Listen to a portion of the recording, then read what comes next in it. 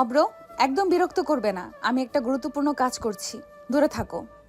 অব্র দরজার পাশে হেলান দিয়ে দাঁড়িয়েছিল, মুখে সেই চেনা দুষ্ট হাসি, চোখে অদ্ভুত এক জেদ।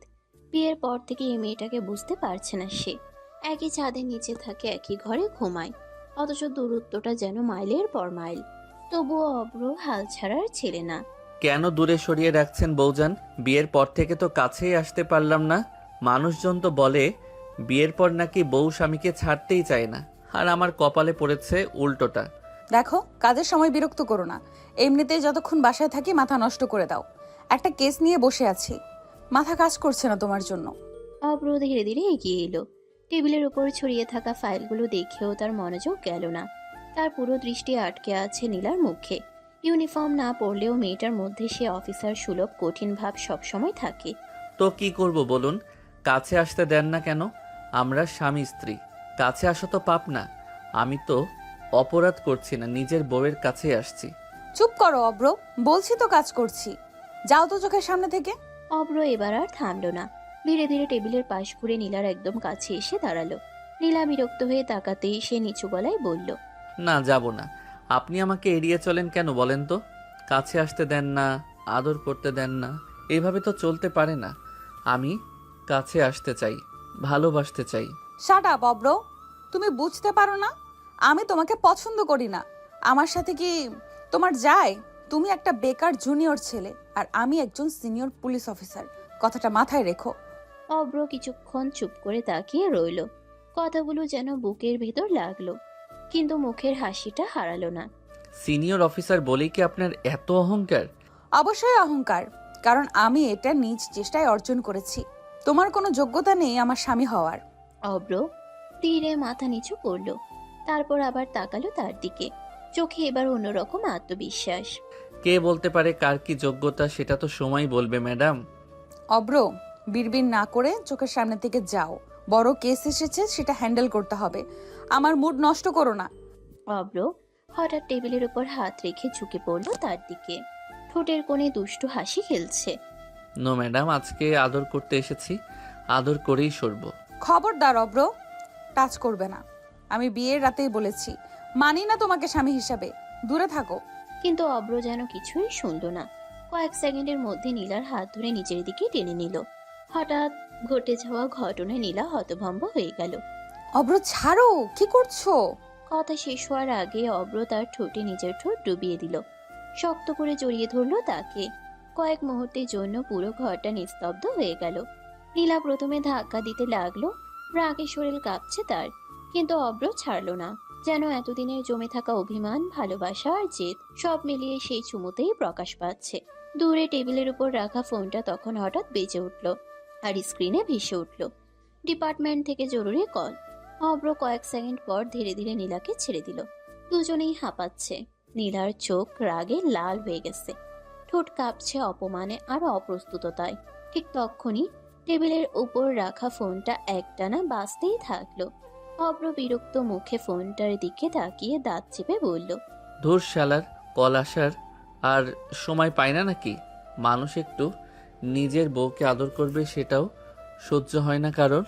নীলা তাড়াতাড়ি নিজেকে সামলে নিল, চুল ঠিক করলো, মুখের কঠিন ভাবটা আবার ফিরিয়ে আনলো, যেন কয়েক সেকেন্ড আগের ঘটনাটা তার জীবনে ঘটেইনি। ফোনটা হাতে তুলে স্ক্রিনে তাকাতেই বুঝলো থানার কল। এক মুহূর্তও দেরি না করে কল রিসিভ করলো সে। হ্যালো, ইয়েস অফিসার নীলা স্পিকিং। ম্যাম, এখনই থানায় আসতে হবে। নতুন কেস এসেছে, খুব সিরিয়াস ধর্ষণ কেস। ভিকটিমের অবস্থা ভালো না। মিডিয়া জানার আগে আমাদের অ্যাকশন নিতে হবে। কথাটা শুনেই নীলার চোখের দৃষ্টি বদলে গেল। মুহূর্তের মধ্যে সে আবার সে কঠিন পুলিশ অফিসার হয়ে উঠল। ব্যক্তিগত সব অনুভূতি যেন এক সেকেন্ডে মুছে গেল তার মুখ থেকে। ওকে, আমি আসছি, 10 মিনিটের মধ্যে রওনা দিচ্ছি।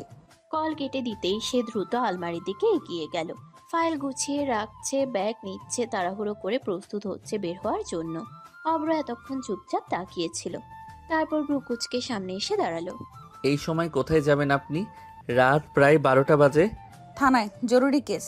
অব্র এবার সিরিয়াস হয়ে গেল, দরজার সামনে দাঁড়িয়ে পথ আটকে দিল।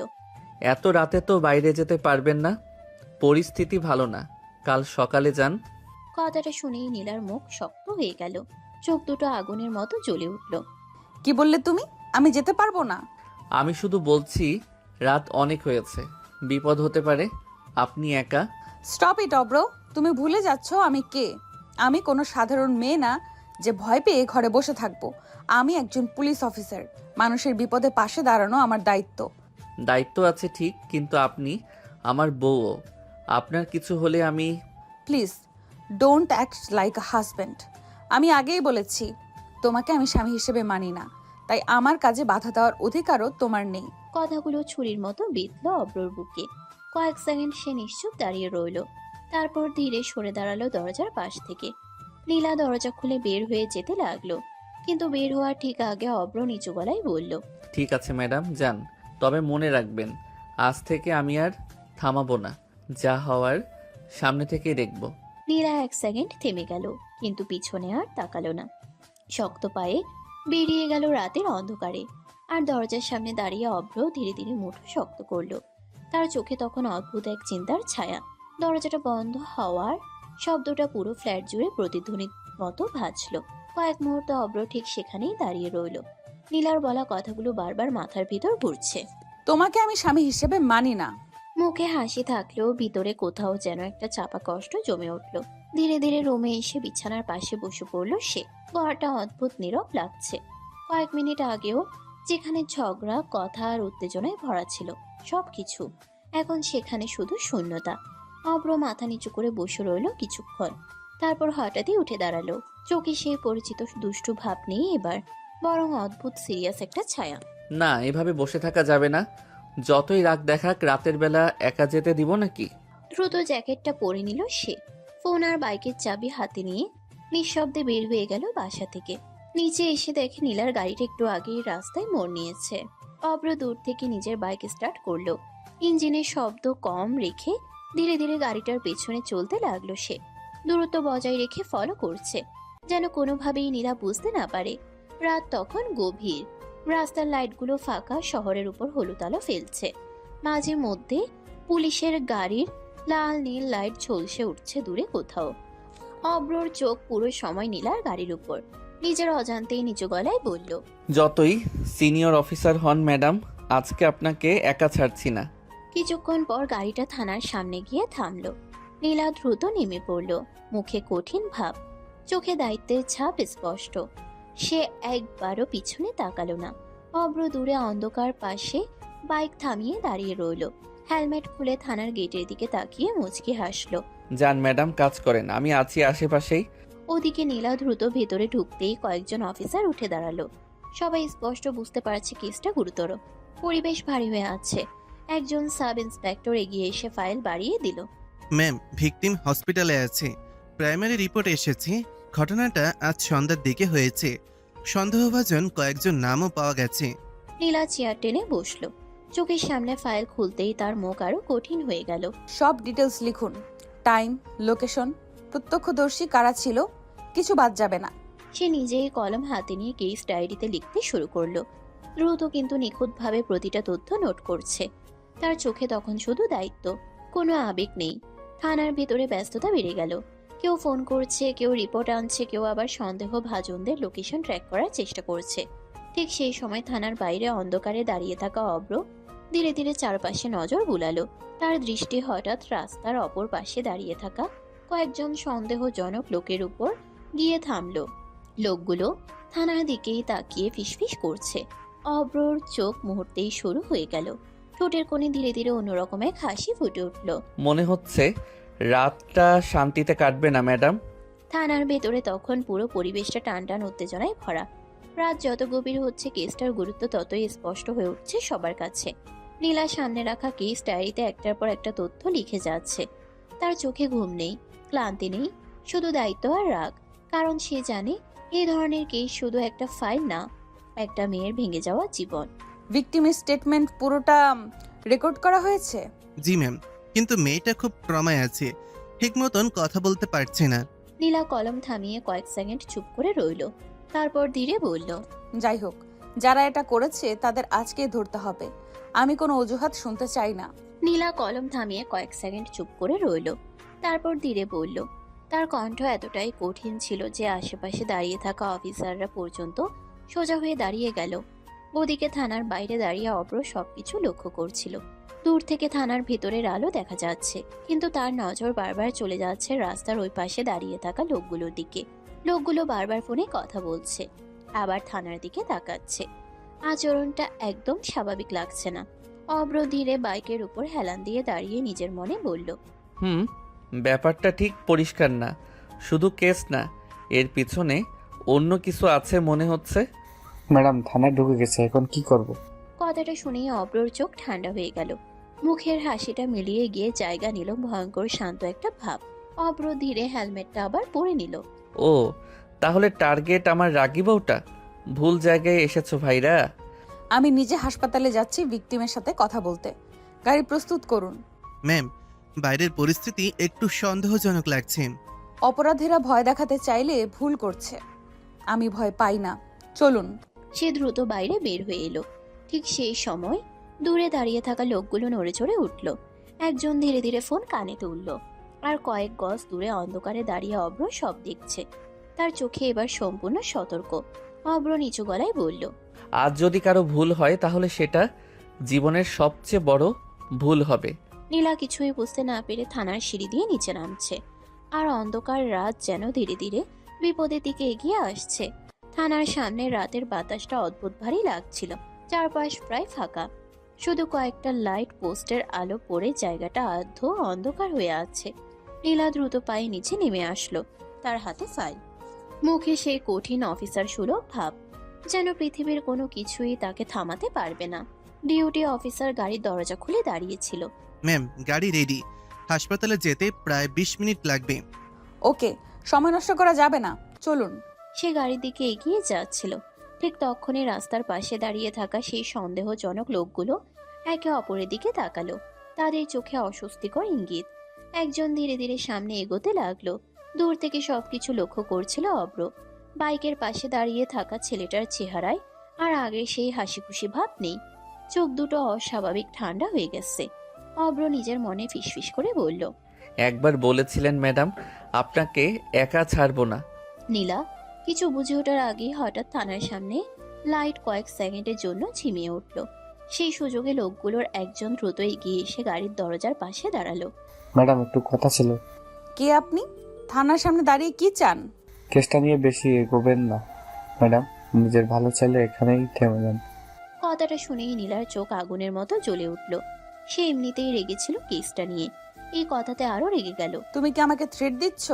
জানো কোথায় দাঁড়িয়ে কথা বলছো? লোকটা আর কিছু বলার আগেই হঠাৎ পিছন থেকে শক্ত একটা হাত এসে তার কাঁধ চেপে ধরল। লোকটা ঘুরে তাকাতেই জমে গেল। অব্র শান্ত মুখে দাঁড়িয়ে আছে, কিন্তু তার চোখের দৃষ্টি ভয়ঙ্কর ঠান্ডা। অব্র ধীরে ধীরে বলল, ম্যাডামের সাথে কথা বলার আগে অনুমতি নিতে হয়, সেটা কেউ শেখায়নি। অব্র, তুমি এখানে? অব্র এক সেকেন্ডও তার দিকে তাকালো না, চোখ এখনো লোকটার উপর স্থির। রাত অনেক হয়েছে ভাই, বাড়ি চলে যান, না হলে রাতটা খারাপ যেতে পারে। লোকটা হাত ছাড়ানোর চেষ্টা করতেই অব্র হালকা চাপ বাড়ালো। মুহূর্তেই লোকটার মুখ বিকৃত হয়ে গেল ব্যথায়। দূরে দাঁড়িয়ে থাকা অন্য লোকগুলো পরিস্থিতি বুঝে ধীরে ধীরে পিছিয়ে যেতে লাগলো। নীলা বিস্ময়ে সব দেখছে। তার মনে প্রশ্নের ঝড় উঠেছে, এই ছেলেটা কি সত্যি সেই বেকার হাসি খুশি জুনিয়র অব্র? অব্র হঠাৎ লোকটাকে ছেড়ে দিয়ে মুচকি হাসলো। যান, আর ভুল করে এই থানার সামনে দাঁড়াবেন না। লোকগুলো দ্রুত সরে গেল অন্ধকারের মধ্যে। কয়েক সেকেন্ড নীরবতা নেমে এলো। নীলা এবার রাগে বলল, তুমি আমাকে ফলো করেছো? হ্যাঁ করেছি, কারণ আমার রাগী পুলিশ বউটা বিপদ চিনতে পারে, কিন্তু নিজের নিরাপত্তার কথা ভাবে না। নীলা কিছু বলতে চাচ্ছিল, ঠিক তখনই থানার ভিতর থেকে একজন অফিসার দৌড়ে বের হয়ে চিৎকার করে বলল, ম্যাম, নতুন আপডেট এসেছে। ভিকটিম জ্ঞান ফিরে পেয়েছে, আর সে একজনের নাম বলেছে। কার নাম? শহরের বড় একজন প্রভাবশালী মানুষের ছেলে। কথাটা শুনেই চারপাশের বাতাস যেন আরো ভারী হয়ে উঠল। আর পাশে দাঁড়িয়ে থাকা অব্র ধীরে ধীরে হাসলো, যেন সে আগেই বুঝে গেছিল খেলাটা এখন শুরু হতে যাচ্ছে। থানার সামনে কয়েক মুহূর্ত আগের উত্তেজনাটা এখনো পুরোপুরি কাটেনি। বাতাসে যেন অদৃশ্য একটা চাপা ভয় আর রাগ মিশে আছে। নীলা দাঁড়িয়ে কয়েক সেকেন্ড ভাবলো, তারপর আবার নিজের কাজে মন দিল। ব্যক্তিগত বিষয় নিয়ে সময় নষ্ট করার মানুষ সে না। অফিসারের দিকে ঘুরে বলল, গাড়ি স্টার্ট করুন, আমরা এক্ষুনি হাসপাতালে যাচ্ছি। ভিকটিমের স্টেটমেন্ট নিজে শুনতে হবে। ডিউটি গাড়ির দরজা খুলে দেওয়া হলো। নীলা দ্রুত এগিয়ে গিয়ে উঠতে যাচ্ছিল, ঠিক তখনই পাশ থেকে অব্র শান্ত গলায় বলল, 1 মিনিট ম্যাডাম। আবার কি অব্র? এখন নাটক করার সময় না। অব্র বাইকের দিকে ইশারা করলো। কালো বাইকটা রাস্তার আলোয় চকচক করছে। সে হেলমেটটা হাতে নিয়ে দাঁড়িয়ে আছে। আমার বাইকে উঠুন, আমি নিয়ে যাই আপনাকে হাসপাতালে। দ্রুত পৌঁছাবেন। নীলা যেন বিশ্বাসই করতে পারলো না কথাটা। চোখ সরু করে তাকালো তার দিকে। এক্সকিউজ মি, এসব আমাদের কাজ, তোমার না। তুমি বাসায় যাও। কাজ আপনাদের ঠিকই, কিন্তু সাহায্য তো করতেই পারি। পুলিশ বউকে সাহায্য করা অপরাধ না মনে হয়? অব্র প্লিজ, এটা কোনো ঘুরতে যাওয়ার জায়গা না।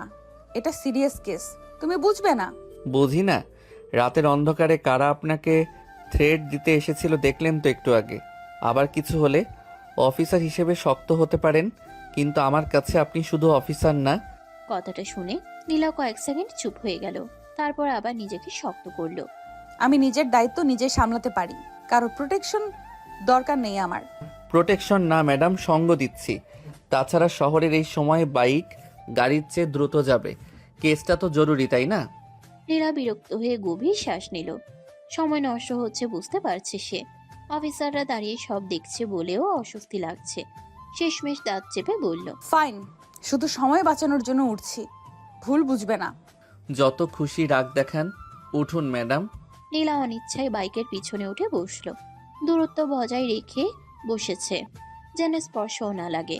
অব্র ইঞ্জিন স্টার্ট করতেই বাইক গর্জে উঠল। অব্র নিচু গলায় বলল, শক্ত করে ধরুন, রাস্তা ভালো না। দরকার নেই, আমি ঠিক আছি।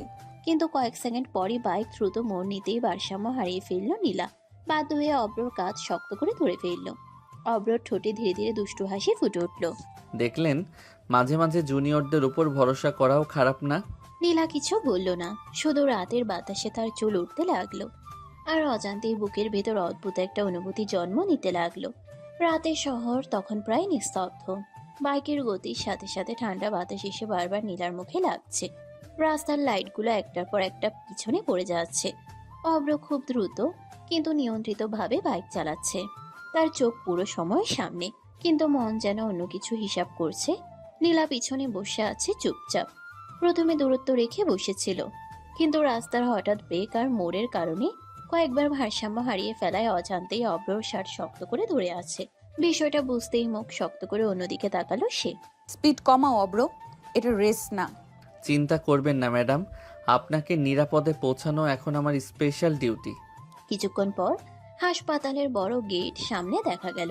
জরুরি বিভাগের সামনে লাল আলো জ্বলছে। কয়েকটা পুলিশ গাড়ি আগেই এসে দাঁড়িয়ে আছে। বাইক থামাতেই নীলা দ্রুত নেমে পড়ল। হাসপাতালের ভেতরে ঢুকতে এক ধরনের ভারী পরিবেশ তাদের ঘিরে ধরল। করিডোরে নার্সদের দৌড়াদৌড়ি, কোথাও কান্নার শব্দ, কোথাও আবার ফিসফিস করে কথা বলছে পুলিশ সদস্যরা। একজন সাব ইন্সপেক্টর নীলাকে দেখে এগিয়ে এলো। ম্যাম, আপনি এসে গেছেন। ভিকটিম আইসোলেশন কেবিনে আছে। ডাক্তার বলেছে অল্প সময় কথা বলা যাবে। কেউ বাইরে থাকবে, মিডিয়া যেন কিছু জানতে না পারে এক্ষুনি। আর সন্দেহভাজনদের লোকেশন ট্র্যাক করা শুরু করুন। সে দ্রুত কেবিনের দিকে হাঁটতে লাগলো। অব্র কিছুটা দূরে দাঁড়িয়ে সব দেখছে। তার চোখ চারপাশে ঘুরছে বারবার, যেন শুধু হাসপাতাল না, অন্য কিছু খুঁজছে। কেবিনের দরজা খুলতেই ভেতরে দৃশ্য দেখে নীলার মুখ শক্ত হয়ে গেল। বিছানায় শুয়ে আছে একটা তরুণী মেয়ে। শরীর কাঁপছে, চোখ লাল হয়ে ফুলে গেছে কান্নায়। পাশে তার মা বসে নিঃশব্দে কাঁদছে। নীলা ধীরে এগিয়ে গিয়ে নরম গলায় বলল, ভয় পেও না, আমি পুলিশ। যারা এটা করেছে তাদের কাউকে ছাড়বো না। তুমি শুধু সত্যিটা বলো। মেয়েটা কাঁপা কাঁপা চোখে তাকালো তার দিকে। কয়েক সেকেন্ড কিছু বলতে পারলো না। তারপর ধীরে ফিসফিস করে বলল, তারা অনেকজন ছিল ম্যাম, আমাকে গাড়িতে তুলে নিয়ে গিয়েছিল। তুমি কাউকে চিনতে পেরেছো? নাম বলতে পারবে? মেয়েটা চোখ বন্ধ করে কাঁদতে লাগলো। তারপর কষ্ট করে একটা নাম বলল। রায়হান। কেবিনের ভেতর মুহূর্তেই নীরবতা নেমে এলো। পাশে দাঁড়িয়ে থাকা অফিসার অবাক হয়ে নীলার দিকে তাকালো। অফিসার নিচু গলায় বলল, ম্যাম, এই রায়হান শহরের এমপির ছেলে। আইন সবার জন্য সমান, সে যার ছেলে হোক আজই গ্রেফতার হবে। ঠিক তক্ষুনি কেবিনের বাইরে দাঁড়িয়ে থাকা অভ্রর ফোনে একটা মেসেজ এলো। সেই স্ক্রিনে তাকাতেই চোখ শুরু হয়ে গেল। মেসেজে লেখা, কেসটা থেকে নীলাকে সরিয়ে নাও, না হলে সমস্যা হবে। অব্র ধীরে মাথা তুলে কেবিনের ভেতরে তাকালো। নীলা তখনও মেয়েটার হাত ধরে তাকে আশ্বাস দিচ্ছে। অব্র নিচু গলায় নিজেই বলল, মনে হচ্ছে খেলাটা অনেক বড়, আর ম্যাডাম বুঝতেই পারছে না কতটা বিপদের মধ্যে ঢুকে গেছে। ঠিক সেই সময় হাসপাতালের করিডোরে হঠাৎ কয়েকজন প্রভাবশালী লোক ঢুকে পড়ল। তাদের সাথে সিকিউরিটি গার্ডও আছে। পরিস্থিতি মুহূর্তেই বদলে যেতে শুরু করলো। হাসপাতালের করিডোরটা হঠাৎ করেই অস্বাভাবিকভাবে ভারী হয়ে উঠল। কয়েকজন দামি পোশাক পরা লোক দ্রুত ভেতরে ঢুকলো। তাদের সাথে দুজন বডিগার্ডও আছে। চারপাশে দাঁড়িয়ে থাকা পুলিশ সদস্যরা একে অপরের দিকে তাকাতে লাগলো। সবাই বুঝে গেছে বড় কেউ এসেছে। কিছুক্ষণের মধ্যেই সামনে এসে দাঁড়ালো শহরের প্রভাবশালী এমপি সাহেব। বয়স 50-এর কাছাকাছি, কিন্তু চোখে সেই ক্ষমতার অহংকার স্পষ্ট। নীলা তখন কেবিন থেকে বের হচ্ছিল। সামনে এমপিকে দাঁড়িয়ে থাকতে দেখে থেমে গেল। অফিসার নীলা, অনেক নাম শুনেছি আপনার। খুব সাহসী অফিসার নাকি? এখানে প্রশংসা শুনতে আসিনি, এটা ক্রাইম সিন। আপনার এখানে থাকার অনুমতি নেই। এমপি হালকা হেসে পাশের লোকদের সরে যেতে ইশারা করলো। তারপর ধীরে ধীরে নীলার কাছে এগিয়ে এলো। দেখুন অফিসার, ছেলে ফেলে ভুল করে ফেলে মাঝে মাঝে বিষয়টা বড় করার দরকার নেই। মিডিয়ায় গেলে সবারই সমস্যা হবে। আপনি কি বলতে চাইছেন পরিষ্কার করে বলুন। কেসটা এখানেই শেষ করে দিন। রিপোর্টে একটু পরিবর্তন হয়ে যাবে। মেয়েটার পরিবারকেও আমরা সামলে নিব। তার পাশের লোক একটা কালো ব্যাগ এগিয়ে দিল। ব্যাগটা সামান্য খুলতেই ভেতরে মোটা টাকার বান্ডেল দেখা গেল। করিডোরে দাঁড়িয়ে থাকা কয়েকজন অফিসার পর্যন্ত অবাক হয়ে গেল। যত টাকা লাগে বলবেন অফিসার। আপনার ভবিষ্যতও সিকিউর হয়ে যাবে। ট্রান্সফার, প্রমোশন সব ব্যবস্থা হয়ে যাবে। এক সেকেন্ডের জন্য পুরো জায়গাটা নিস্তব্ধ হয়ে গেল। পরের মুহূর্তেই নীলার চোখ আগুনের মতো জ্বলে উঠল। নীলা হঠাৎ এত জোরে ব্যাগটা ঠেলে দিল যে সেটা মেঝেতে পড়ে টাকা ছড়িয়ে গেল চারদিকে। How dare you! আমাকে ঘুষি দিতে এসেছেন আপনি? তার কণ্ঠ এত জোরে গর্জে উঠল যে পুরো করিডোর কেঁপে উঠল। আপনার ছেলে একটা মেয়ের জীবন নষ্ট করেছে, আর আপনি টাকা দিয়ে সেটা চাপা দিতে চান? আইনকে খেলনা মনে হয় নাকি? কথা বুঝে বলবেন অফিসার। আপনি জানেন না কার সাথে কথা বলছেন। খুব ভালো করে জানি। একজন অপরাধীর বাবার সাথে কথা বলছি। আর শুনে রাখুন, আমার ইউনিফর্ম বিক্রি করার জন্য না। চারপাশে দাঁড়িয়ে থাকা পুলিশ সদস্যরা পর্যন্ত অবাক হয়ে তাকিয়ে আছে। কেউ এত সরাসরি এমপির সাথে কথা বলার সাহস দেখায় না। অফিসার, এমপি সাহেবকে বাইরে নিয়ে যান আর তার ছেলের নামে এক্ষুনি অ্যারেস্ট ওয়ারেন্ট প্রসেস করুন। এই সাহসের মূল্য দিতে হবে আপনাকে অফিসার নীলা। খুব শীঘ্রই বুঝবেন। আমি প্রতিদিন অপরাধীদের হুমকি শুনি, নতুন কিছু বলেনি। দরজা ওইদিকে। এমপির আগে ফুঁসতে ফুঁসতে চলে গেল। সবাই যখন হতবাক হয়ে দাঁড়িয়ে আছে, তখন করিডোরের এক কোণে দেয়ালে হেলান দিয়ে দাঁড়িয়ে থাকা অভ্র ধীরে ধীরে হাসল। তার চোখে গর্ব স্পষ্ট। অভ্র নিচু গলায় বলল, জানতাম আমার রাগী পুলিশ বউ টাকা দেখে মাথা নত করবে না, কিন্তু ম্যাডাম আপনি এখন খুব বড় ঝামেলায় পড়ে গেলেন। ঠিক তক্ষুনি হাসপাতালের লাইট কয়েক সেকেন্ডের জন্য নিভে আবার জ্বলে উঠল। আর দূরে কেউ একজন ফোনে বলছে। প্ল্যান বি শুরু করো। হাসপাতালের করিডোরে এমপি চলে যাওয়ার পরও উত্তেজনার রেশ কাটছিল না। মেঝেতে ছড়িয়ে থাকা টাকার বান্ডেলগুলো এখনো কেউ তুলতে সাহস পাচ্ছে না। সবাই বুঝে গেছে আজকের রাতটা সাধারণ কোনো রাত না। নীলা কয়েক সেকেন্ড স্থির দাঁড়িয়ে রইল। তার বুক ওঠানামা করছে রাগে, চোখে স্পষ্ট আগুন জ্বলছে। তারপর নিজেকে সামলে নিয়ে কঠিন গলায় বলল, সব টাকা সিজ করুন। এগুলো প্রমাণ হিসেবে থানায় পাঠানো হবে। আর কেউ যেন বাইরে একটা কথাও লিক না করে। অফিসাররা দ্রুত কাজে লেগে গেল। ওদিকে করিডোরের এক পাশে দাঁড়িয়ে অভ্র সব দেখছিল। তার মুখে হালকা হাসি থাকলেও চোখে চিন্তার ছাপ স্পষ্ট, কারণ সে বুঝতে পারছে বিষয়টা এখানেই শেষ না। ক্ষমতাবান মানুষ এত সহজে হার মানে না। ঠিক তখনই হঠাৎ হাসপাতালের বাইরে বিকট শব্দ হলো, ধাম! সবাই চমকে উঠল। কয়েকজন নার্স দৌড়ে এদিক ওদিক ছুটতে লাগলো। বাইরে যেন হঠাৎ বিশৃঙ্খলা শুরু হয়েছে। একজন কনস্টেবল দৌড়ে এসে হাঁপাতে হাঁপাতে বলল, ম্যাম, বাইরে কিছু লোক ঝামেলা করছে। মিডিয়ার লোকও এসে গেছে। কেউ ইচ্ছা করে পরিস্থিতি খারাপ করার চেষ্টা করছে মনে হচ্ছে। সবাই শান্ত থাকুন, কেউ প্যানিক করবেন না। আমি বাইরে যাচ্ছি। সে দ্রুত করিডোর দিয়ে বের হতে লাগলো। অব্র সঙ্গে সঙ্গে সোজা হয়ে দাঁড়ালো। নিচু গলায় বলল, শুরু হয়ে গেছে তাহলে? নীলা বাইরে বের হতেই দেখে হাসপাতালের সামনে বিশাল ভিড়। কয়েকজন লোক চিৎকার করছে, কেউ ভিডিও করছে, কেউ আবার পুলিশের বিরুদ্ধে উল্টো অভিযোগ তুলছে। পুরো বিষয়টা যেন পরিকল্পিত। একজন লোক চিৎকার করে বলছে, নির্দোষ ছেলেকে ফাঁসানো হচ্ছে, পুলিশ মিথ্যা কেস দিচ্ছে। সবাই পিছিয়ে যান। এটা হসপিটাল, এটা এলাকা। আইন নিজের হাতে নিলে সরাসরি অ্যাকশন নেওয়া হবে। ঠিক তখনই ভিড়ের মাঝ থেকে একজন হঠাৎ পাথর ছুঁড়ে মারলো। পাথরটা সোজা নীলার দিকে আসছিল, কিন্তু মুহূর্তের মধ্যে কেউ সামনে এসে দাঁড়ালো। ঠাস, পাথরটা এসে অব্রর কাঁধে লাগলো। নীলা অবাক হয়ে তাকিয়ে গেল। অব্র, তুমি এখানে কি করছো? বলেছিলাম না ম্যাডাম, পুলিশ বউকে একা ছাড়ি না। তার চোখ এবার ভিড়ের দিকে গেল। কয়েক সেকেন্ডের জন্য সেই হাসি খুশি ছেলেটা পুরো বদলে গেল। দৃষ্টি এত ঠান্ডা হয়ে উঠল যে সামনে দাঁড়িয়ে থাকা কয়েকজন নিজে থেকেই পিছিয়ে গেল। অব্র নিচু গলায় বলল, যারা খেলাটা শুরু করেছে মনে হয় তারা জানে না শেষটা কত খারাপ হতে পারে। নীলা প্রথমবারের মতো অব্রর দিকে অন্যরকম দৃষ্টিতে তাকালো। তার মনে প্রশ্ন জন্মাচ্ছে, এই মানুষটা আসলে কে? আর দূরে দাঁড়িয়ে কেউ একজন ফোনে বলল, মেয়েটাকে ভয় দেখিয়ে লাভ নেই, এখন অফিসারকেই সরাতে হবে। হাসপাতালের সামনে রাতটা যেন আগের থেকে আরো অন্ধকার ও ভয়ঙ্কর হয়ে উঠেছে। বাতাসে অদ্ভুত চাপা আওয়াজ, দূরে গাড়ির হর্ন আর চিৎকার মিলেমিশে এক ভয়ঙ্কর সুর তৈরি করছে। নীলা পুরো ভিড়ের দিকে তাকিয়ে দাঁড়িয়ে আছে। তার চোখে রাগ আর দৃঢ়তার মিশ্রণ স্পষ্ট। সবাই অশান্তি সৃষ্টির চেষ্টা করছেন কেন? হাসপাতালের পরিবেশের সাথে কেউ খেলবেন না। পুলিশ মিথ্যা মামলা করছে, আমাদের ছেলেকে ফাঁসানো হচ্ছে। শান্ত হন। কেউ আইন নিজের হাতে তুলে নিলে সরাসরি অ্যাকশন নেওয়া হবে। অব্র, তুমি চলে যাও। বলেছি না, রাতের এই ঝড় মোকাবেলা করতে একা হবেন না। পুলিশ বউকে কেউ একা ঠুকতে পারবে না। ভিড়ের মধ্যে কিছু লোক অবাক হয়ে পিছিয়ে গেল। অব্রের চোখের সেই দৃষ্টি ঠান্ডা এবং গভীর, মুহূর্তে তাদের ভীত করে দিল।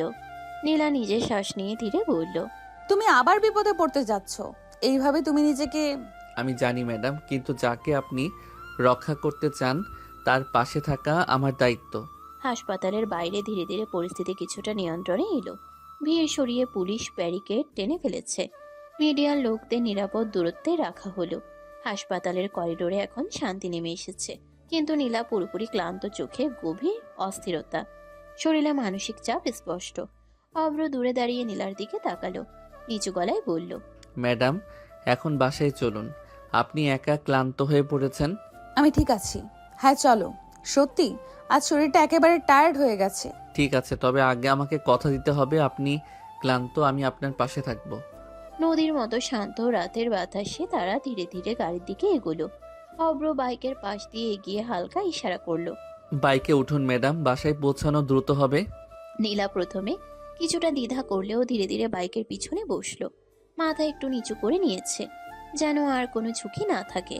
রাস্তা ক্রমশ ফাঁকা, হালকা বাতাসে চুল উড়ে যাচ্ছে। অব্র চালাচ্ছে মনোযোগ দিয়ে, আর নীলা শুধু চুপচাপ বসে আছে। শরীর আর মন দুটোই ক্লান্ত। বাসে পৌঁছানোর পরই দুজন ধীরে ধীরে ভিতরে ঢুকলো। নীলা টানা এক দীর্ঘশ্বাস ফেলল। উফ, শেষমেশ কত ক্লান্ত লাগে। হ্যাঁ ম্যাডাম, এখন আর কিছু নয়, শুধু বিশ্রাম। কিন্তু দুজনেরই মনে হঠাৎ এক অদ্ভুত অনুভূতি হলো, খাবারের জন্য খিদে। নীলার মাথা ঘোরাতে লাগলো। অব্র, আমার সত্যি খিদে পেয়েছে। চিন্তা নেই, আমি লুডুস বানিয়ে আনি, আমরা দুজন মিলে খাবো। কিছুক্ষণ পর রান্নাঘরের পাশে দুজন বসে নুডলসের প্যাকেট খুললো। খাবারের গন্ধে যেন ক্লান্তি আর রাগ মিলিয়ে যাচ্ছে। দুজনই একটু একটু করে শান্ত হতে লাগলো। নীলা চুপচাপ খাচ্ছিল, অব্র তার দিকে তাকিয়ে মৃদু হাসলো। দেখলাম ব্যস্ত রাতের পর খাবারের এই মুহূর্তটা অনেক শান্তি দেয়। খাওয়া শেষ হতেই ঘরে নীরবতা নেমে এলো। নুডলসের বাক্স ফাঁকা, কিন্তু দুজনের শরীর ও মন এখনো ক্লান্ত। নীলা আস্তে আস্তে বলল, উফ, এত ক্লান্তি। হ্যাঁ, মনে হচ্ছে শুয়ে পড়লে ভালো হয়। অব্র হঠাৎ ধীরে এগিয়ে এসে তাকে কোলে তুলে নিল। নীলা হতবাক হয়ে চেঁচিয়ে উঠল, কি করছো অব্র? পুলিশ হয়ে বড় বড় কেস হ্যান্ডেল করেন, আর আপনার মতো ক্লান্ত বউকে একা থাকতে দিতে পারবো না। আমার পা আছে, আমি নিজেই হাঁটতে পারি। হাঁটার দরকার কি বউজান? আমি থাকি তো সবকিছু নিজের মতো করে ঠিক করি। কথা শেষ হতেই সে নীলাকে কোলে নিয়ে রুমের দিকে এগোলো। নীলা ভেতরে গিয়ে বিছানায় নামার চেষ্টা করলো, কিন্তু অব্র কোলে ধরে বিছানায় স্থির করলো। উফ অব্র, এবার তো নিজেই নামতে পারি। কাজ তো হলো ম্যাডাম, এখন স্বামীর মনোরঞ্জনের পালা। তোমার পাগলামি দেখলে রাগ লাগে অব্র। অব্র বিন্দুমাত্র পাত্তা না দিয়ে ধীরে ধীরে নীলার ঠোঁটে ঠোঁট ডুবিয়ে কিস করতে লাগলো। নীলা চমকে সরিয়ে দিল। উফ উফ অব্র, তুমি কি করছো? অব্র কিছু বলল না, আবার কিস শুরু করলো। এবার আর কোনো শব্দ নেই, শুধু দুজনে নিঃশ্বাস আর কণ্ঠের ফিসফিস। নীলা একবার আরো জোরে ঠেলল, উফ, তোমার কি কাজ নেই? এবার থামো। কিন্তু অব্র ঠোঁট থেকে ঠোঁট সরাতে নারাজ, চোখে হাসি, মনে দুষ্টুমি।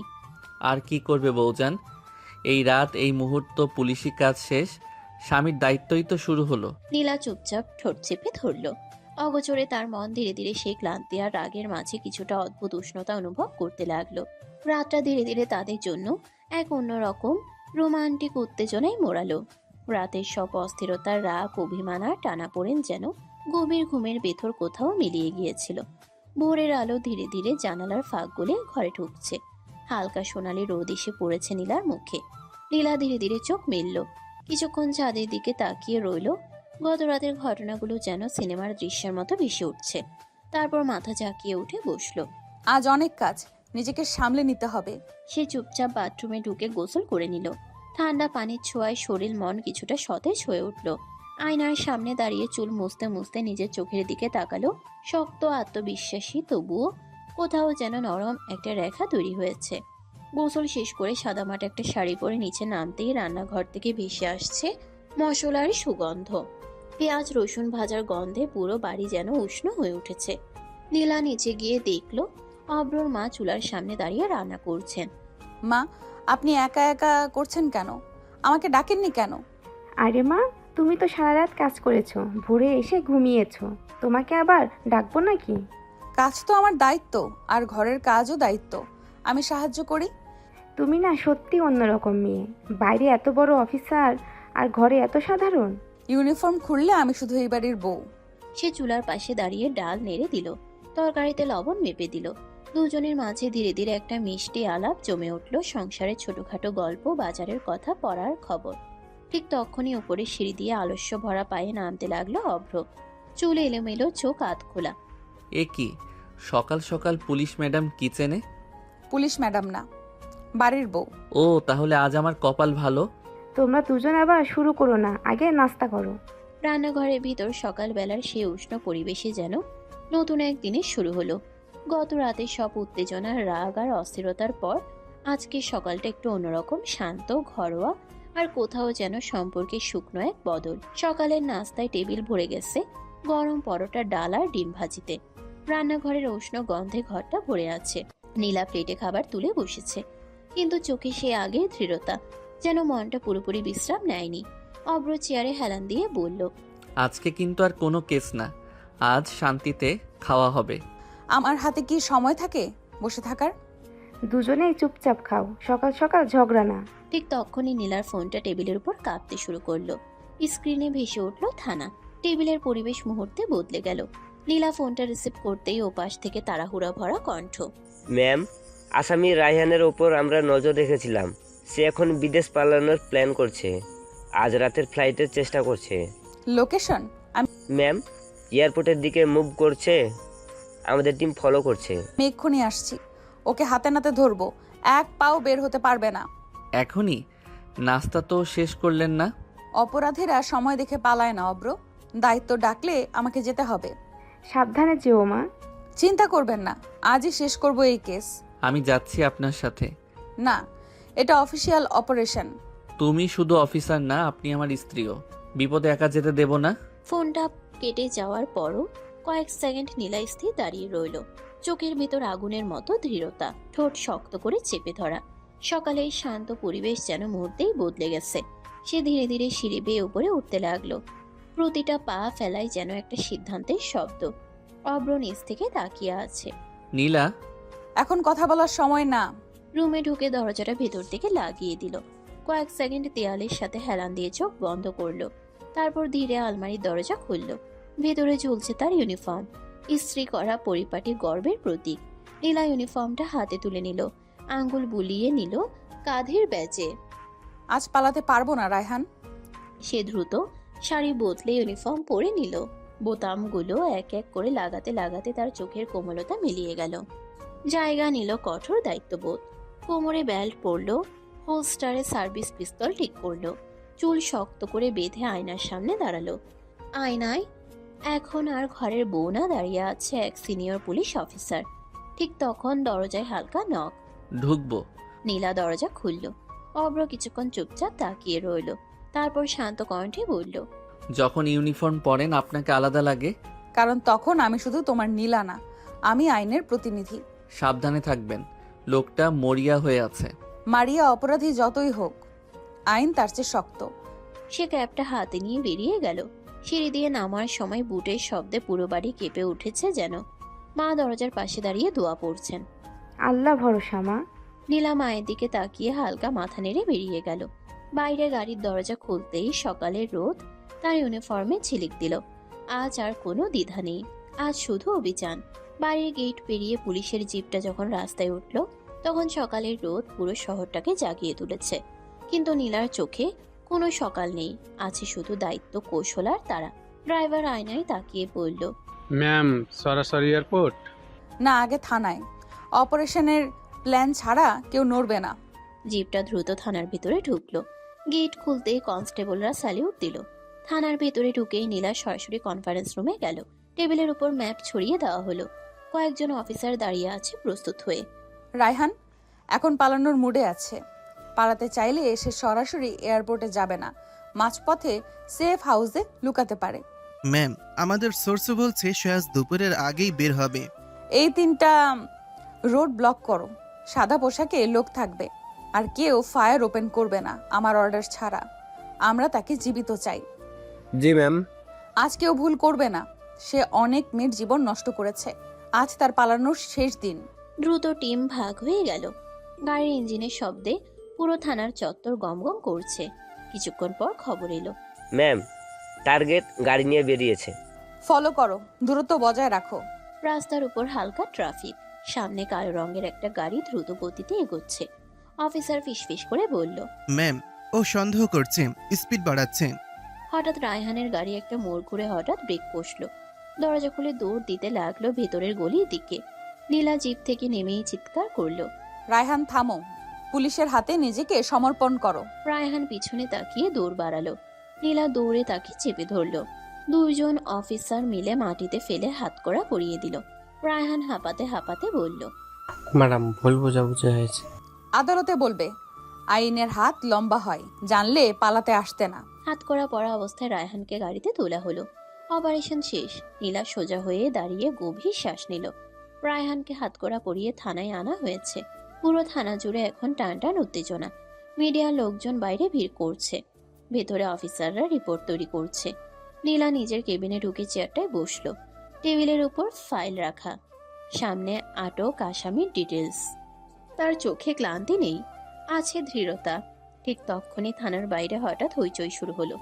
একজন কনস্টেবল দৌড়ে এসে বলল, ম্যাম, এমপি সাহেব এসেছেন, খুব রাগে আছেন। ভেতরে আসতে বলুন। কিছুক্ষণ পর দরজা জোরে ঠেলে ভেতরে ঢুকলেন এমপি। চোখ লাল, কণ্ঠ উঁচু। এই কি শুরু করছেন আপনি? আমার ছেলেকে হাত করা পড়েছেন, জানেন আমি কে? ঘরের ভেতর মুহূর্তে নীরবতা নেমে এলো। নীলা ধীরে ধীরে চেয়ার থেকে উঠে দাঁড়ালো, কণ্ঠ ঠান্ডা কিন্তু ধারালো। আমি জানি আপনি কে, কিন্তু এই থানার ভেতরে সব আইনের অধীন। এটা রাজনৈতিক ষড়যন্ত্র। আমার ছেলেকে ফাঁসানো হয়েছে, এখনই ছেড়ে দিন তাকে। প্রমাণ যদি হয় আপনার ছেলে নির্দোষ, তাহলে তাকে সম্মানের সাথে ছেড়ে দেওয়া হবে, কিন্তু তার আগে না। আপনি বুঝতে পারছেন না কাদের সঙ্গে লাগছেন? আমি অপরাধের সঙ্গে লাগি, পরিচয়ের সঙ্গে না। ঘরের বাইরে দাঁড়িয়ে থাকা অফিসাররা নিঃশ্বাস আটকে শুনছে। এমপি আবার বললেন, আপনার চাকরি টিকবে না। আমার চাকরি জনগণের জন্য। ভয় দেখিয়ে আমাকে থামানো যাবে না। কিছুক্ষণ দুজনে চোখাচোখি। ঘরের ভিতর যেন তীব্র বিদ্যুৎ চমকাচ্ছে। শেষমেশ এমপির আগে ফুঁসতে ফুঁসতে বেরিয়ে গেলেন। দরজা বন্ধ হতেই একজন অফিসার বলল, ম্যাম, চাপ আসবে। চাপ যতই আসুক, কেসটা প্রমাণ সহ শেষ করব। আইন বিক্রি হয় না। থানার ভেতর তখনও চাপা উত্তেজনা। এমপি বেরিয়ে যাওয়ার পরও পরিবেশ পুরোপুরি স্বাভাবিক হয়নি। অফিসাররা ফাইল নিয়ে ব্যস্ত। কেউ ফোনে রিপোর্ট দিচ্ছে, কেউ আসামির জবানবন্দি লিখছে। নীলা নিজের কেবিনে বসে কেস ডায়েরির পাতা উল্টাচ্ছে। চোখে ক্লান্তি নেই, কিন্তু ভেতরে জমে আছে দিনের চাপ। ঠিক তখন দরজায় হালকা নক। ভেতরে আসুন। দরজা খুলতেই অভ্র ঢুকে পড়ল। সাধারণ শার্ট প্যান্ট, কিন্তু মুখে চেনা দুষ্টু হাসি। নীলা অবাক হয়ে তাকালো। তুমি এখানে কেন? থানায় কি কাজ তোমার? বউজানকে মিস করছি, তাই চলে এলাম। এটা থানা, বাড়ি না, সিরিয়াস জায়গা। জানি তো, তাই ভাবলাম সিরিয়াস মুখটার একটু হাসি দরকার। রাতের কথা কিন্তু আমি ভুলে যাইনি অব্র। তুমি জোর করছো আমাকে। ঘরের বাতাস হঠাৎ ভারী হয়ে গেল। অব্রের মুখের হাসি একটু ম্লান হলো, কিন্তু সে হালকা স্বরে বলল, জোর না, ভালোবেসেছি, মারিনি তো। ভালোবাসা মানে কারো ইচ্ছাকে অগ্রাহ্য করা না। আমি না বলেছিলাম। আপনি সব সময় দেয়াল তুলে রাখেন নীলা, আমি শুধু সেই দেয়াল ভাঙতে চেয়েছি। দেওয়াল ভাঙার আগে দরজায় নক করতে হয়, এটা মনে রেখো। কথাগুলো নরম কিন্তু ভীষণ স্পষ্ট। অব্র কিছুক্ষণ চুপ করে রইল। বাইরে কনস্টেবলের কণ্ঠ শোনা যাচ্ছে, ভেতরে অদ্ভুত নীরবতা। অব্র ধীরে বলল, ঠিক আছে, হয়তো ভুল করেছি, কিন্তু আপনাকে হারাতে চাই না। আমাকে হারাতে না হলে আগে আমাকে বুঝতে শেখো। কেবিনের ভেতর তখনও ভারী নীরবতা। অব্র চুপচাপ দাঁড়িয়ে আছে, নীলার টেবিলের উপর হাত রেখে কিছুক্ষণ চিন্তায় ডুবে। দুজনের মাঝখানের কথাগুলো বাতাসে ঝুলে আছে, অসমাপ্ত, অমীমাংসিত। ঠিক তখনই দরজায় তড়িঘড়ি নক। একজন সাব ইন্সপেক্টর ভেতরে ঢুকে স্যালিউট করলো। ম্যাম, রাহিয়ান কিছুতেই স্বীকার করছে না, বারবার বলছে সে নির্দোষ। নীলার চোখের ভেতর সঙ্গে সঙ্গে বদল এলো। ব্যক্তিগত আবেগ মুহূর্তেই সরিয়ে রাখলো সে। তারপর শক্ত কণ্ঠে বলল, ভিডিও রেকর্ডিং চালু আছে তো? জি ম্যাম, পুরো জেরা রেকর্ড হচ্ছে। ভালো, আমি আসছি। এখন আবার জেরা? অপরাধী স্বীকার না করলে প্রমাণ দিয়েই তাকে কোণঠাসা করতে হয়। সে কেবিন থেকে বেরিয়ে জেরা কক্ষের দিকে হাঁটতে লাগলো। বুটের শব্দ করিডোরে প্রতিধ্বনিত হচ্ছে। ভেতরে রায়হান চেয়ারে বসে, মুখে জেদি ভাব। ম্যাডাম, আমি কিছু করিনি, আপনারা আমাকে ফাঁসাচ্ছেন। নীলা সামনে গিয়ে চেয়ার টেনে বসলো, চোখ সরাসরি তার চোখে। তারপর শক্ত কণ্ঠে রাগ নিয়ে বলল, তুমি ভাবছো চুপ থাকলেই বাঁচবে? ফরেনসিক রিপোর্ট এসেছে, কল রেকর্ড আছে, সিসিটিভি ফুটেজ আছে। সব সাজানো। সত্যি স্বীকার করানোর অনেক পদ্ধতি আছে, কিন্তু আমরা আইন মেনে কাজ করি, কেউ হাত তুলবে না, কোনো রকম জোরাজুরি হবে না, আইনের বাইরে এক পাও না। তবে মনে রেখো, মিথ্যা গল্প বেশিক্ষণ টেকে না, প্রমাণের সামনে সবাই সোজা হয়ে যায়। রায়হানের কপালে ঘাম জমেছে। নীলা শান্ত স্বরে বলল, এখনো সময় আছে, সত্যি বলো। আদালতে স্বীকারোক্তি দিলে আইনের চোখে সেটার মূল্য থাকে। ঘরের বাতাস ভারী, ক্যামেরা রেকর্ড করছে প্রতিটা শব্দ, প্রতিটা নিঃশ্বাস। বাইরে দাঁড়িয়ে অব্র কাছের ওপার থেকে দেখছে এই নীলা একেবারে অন্য মানুষ। যারা কক্ষের ভেতর বাতাসটা ভারী হয়ে আছে, ঘুড়ির কাঁটা টিকটিক শব্দ করছে, কিন্তু সেই শব্দ যেন উত্তেজনা নিচে চাপা পড়ে গেছে। রায়হান চেয়ারে হেলান দিয়ে বসে আছে, মুখে একরকম জেদি হাসি। ম্যাডাম, যতই চাপ দেন, আমি কিছু স্বীকার করব না। শেষবার জিজ্ঞেস করছি, ঘটনাস্থলে তুমি ছিলে কি না? না। ঠিক আছে, যেহেতু তুমি মুখে বলছো না, আমরা প্রমাণের ভাষায় কথা বলবো। তাকে লকআপে নাও, মেডিকেল চেক আপ করিয়ে আনো, সব নিয়ম মেনে। আপনারা কিছু করতে পারবেন না, আমার বাবা এমপি। এই ঘরে শুধু আইন কথা বলে। দুই কনস্টেবল তাকে ধরে নিয়ে গেল। করিডোরে হালকা ধস্তাধস্তি হলো, কারণ রায়হান নিজেকে ছাড়ানোর চেষ্টা করছে, কিন্তু পুলিশ সদস্যরা তাকে শক্ত করে ধরে লকআপের দিকে নিয়ে গেল। অব্র দূর থেকে সব দেখছে। অব্র নিচু গলায় বলল, ও স্বীকার করবে না এত সহজে। স্বীকারোক্তি জোর করে আদায় করা যায় না, কিন্তু সত্যকে চেপে রাখা যায় না। কিছুক্ষণ পর খবর এলো লকআপে গিয়ে রায়হান দেয়ালে ঘুষি মারতে গিয়ে নিজেই পড়ে গেছে, হাতে সামান্য আঘাত পেয়েছে। একজন কনস্টেবল বলল, ম্যাম, ও নিজেই পড়ে গিয়ে চোট পেয়েছে। সঙ্গে সঙ্গে ডাক্তার ডাকো, ইনজুরি রিপোর্ট তৈরি করো। কোনো অভিযোগের সুযোগ দেওয়া যাবে না। চাপ বাড়বে, কিন্তু আমরা নিয়ম ভাঙবো না। থানার করিডোর ধীরে ধীরে ফাঁকা হয়ে আসছে। দিনের আলো ঢুকে পড়েছে জানালা দিয়ে, কিন্তু ভেতরের পরিবেশ এখনো টান টান। কেসের চাপ, রাজনৈতিক প্রভাব, জেরা, সব মিলিয়ে দিনটা ভারী হয়ে আছে।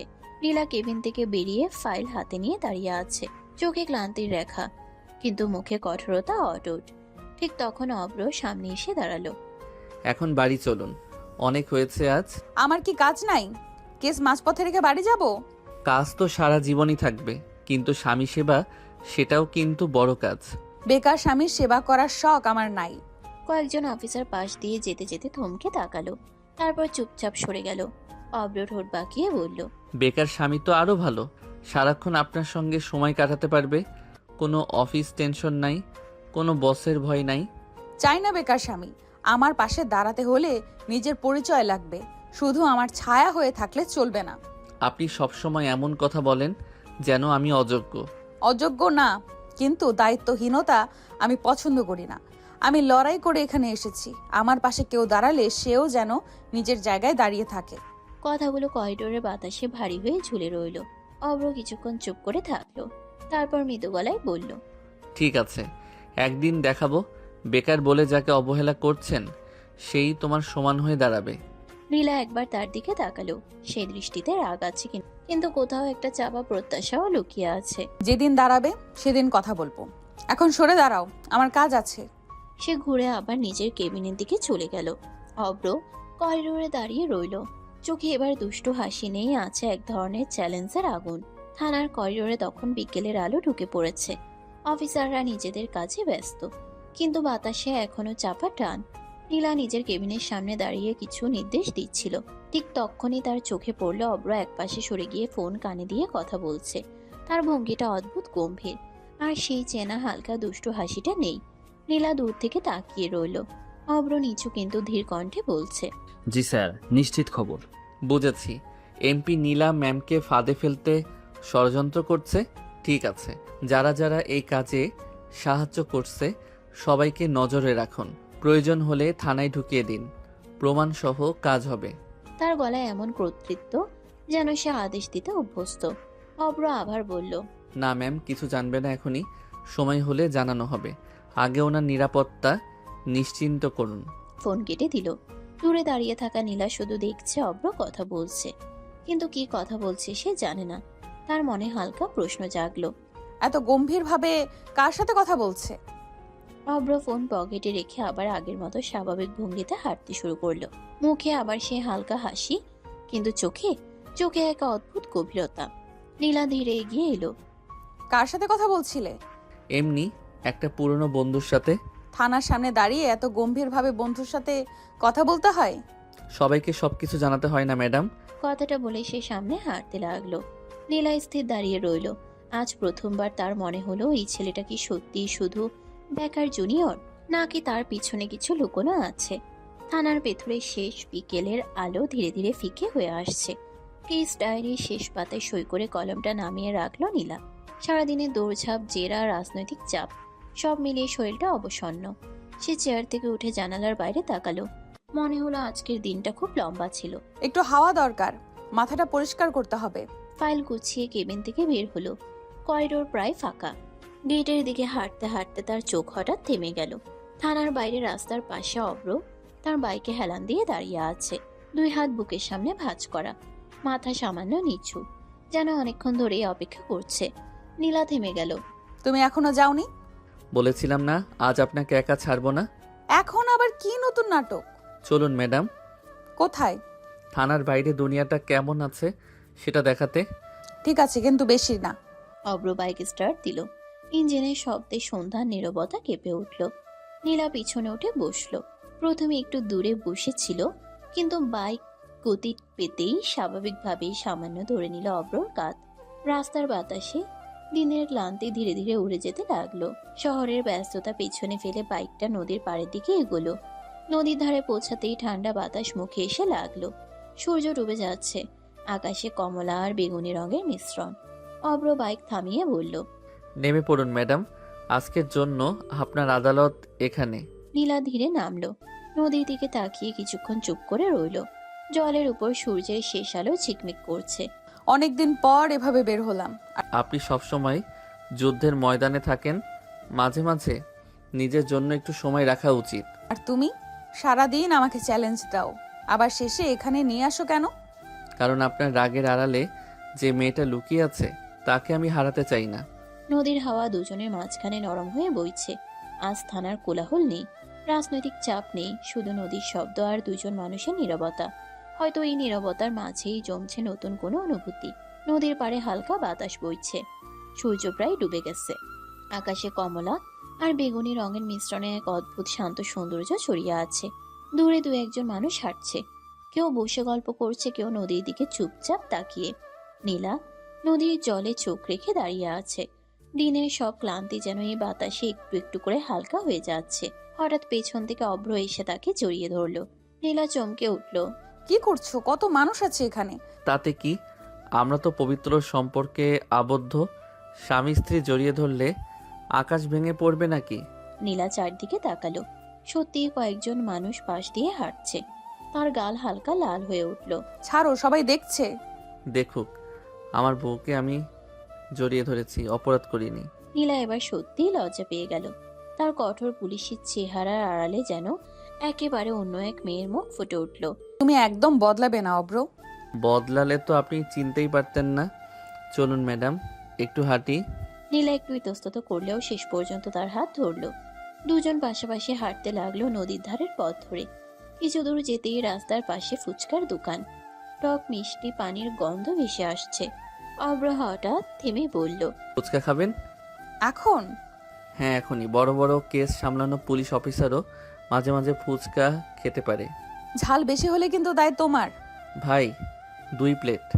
একটাই ঝাল কম, আর একটাই একটু বেশি। তুমি ধরে নিয়েছো কোনটা কার? আপনার কম ঝাল, বাইরে আগুন, ভেতরে নরম। নীলা চুপ করে থাকলো, কিন্তু ঠোঁটের কোণে হালকা হাসি ফুটে উঠল। নদীর ধারে সেই ছোট্ট ফুচকার দোকানটার সামনে দাঁড়িয়ে দুজনই বেশ হালকা মেজাজে ছিল। বাতাসে টক পানির গন্ধ, চারপাশে কিশোর কিশোরীদের হাসি, আর সন্ধ্যার নরম আলো, সব মিলিয়ে মুহূর্তটা একেবারে নির্ভার।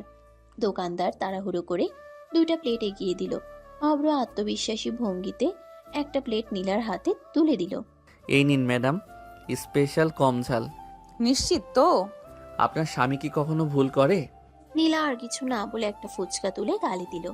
পরের সেকেন্ডেই তার চোখ বড় বড় হয়ে গেল। ইস, এটা কি? আগুন লাগছে। সে হাত দিয়ে মুখে বাতাস করতে লাগলো। তার চোখ মুখ এক মুহূর্তের মধ্যে লাল টকটকে হয়ে গেল। পানি, পানি দাও।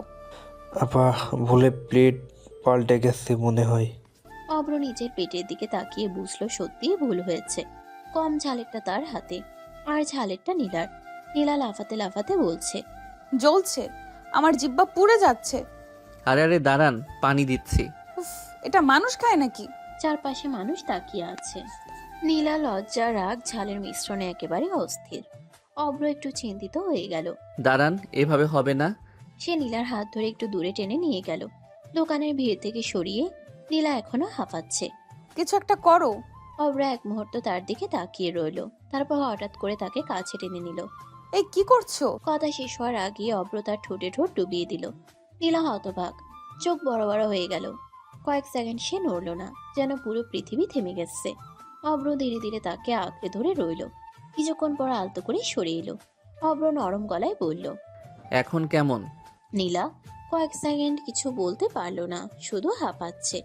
ঝালের তীব্রতা সত্যিই কমে এসেছে। নীলা ফিসফিস করে বলল, তুমি পাগল? ঝাল কমানোর বিজ্ঞানসম্মত উপায়? নীলা এবার মুখ ঘুরিয়ে নিল, কিন্তু চোখে আর আগের মতো আগুন নেই। নদীর হাওয়া আবার বইছে, ঝাল কমেছে, কিন্তু অন্য এক উষ্ণতা যেন রয়ে গেছে বাতাসে।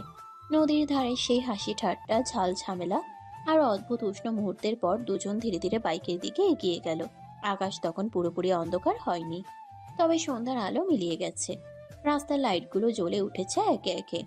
অব্র হেলমেটটা নীলার হাতে দিল। চলুন ম্যাডাম, আজকের অভিযান এখানেই শেষ। অভিযান তোমার ছিল, আমি তো শুধু ঝালের শিকার।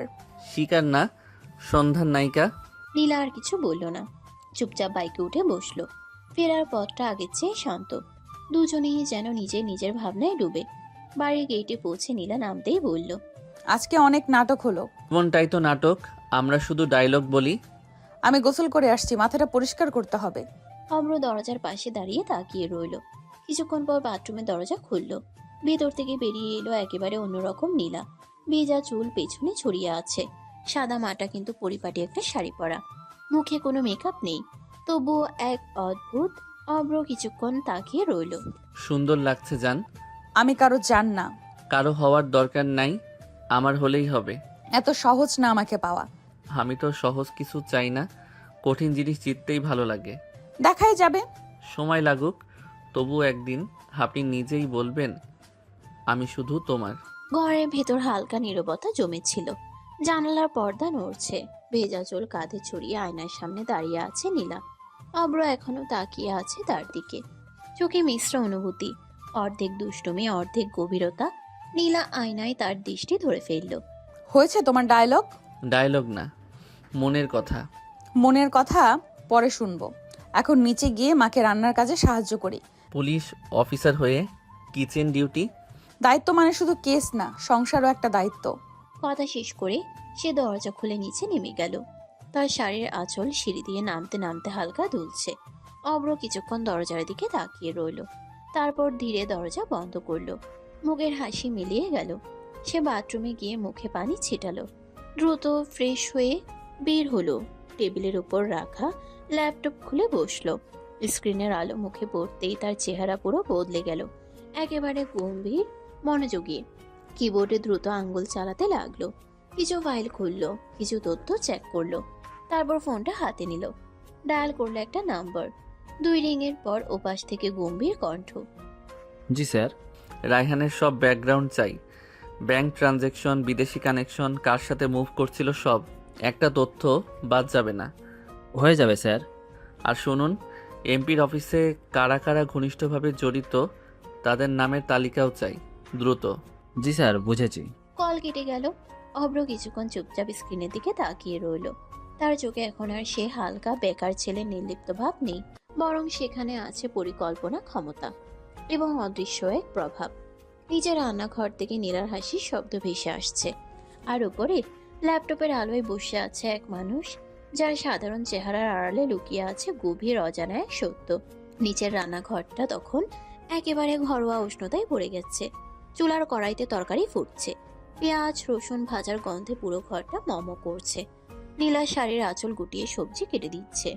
তার পাশে অব্রর মা ডাল নেড়ে দিচ্ছেন। আজ তো তোমাকে খুব ফুরফুরে লাগছে মা। ফুরফুরে না মা, একটু শান্ত বলা যায়। কাজের চাপ কমেছে নাকি? চাপ তো কমে না, তবে মাঝে মাঝে মনে হয় সব কিছুর বাইরে একটু স্বাভাবিক জীবন দরকার। সংসারই মানুষকে স্বাভাবিক রাখে। মা, আপনি কখনো ভয় পান না? এত কেস সামলাই, এত শত্রু। আল্লাহ আছে আর আমার ছেলে আছে, তুমি তো আমার কাজ করো। আপনার ছেলে? তুমি এখনো ওকে পুরো চিনো না মা।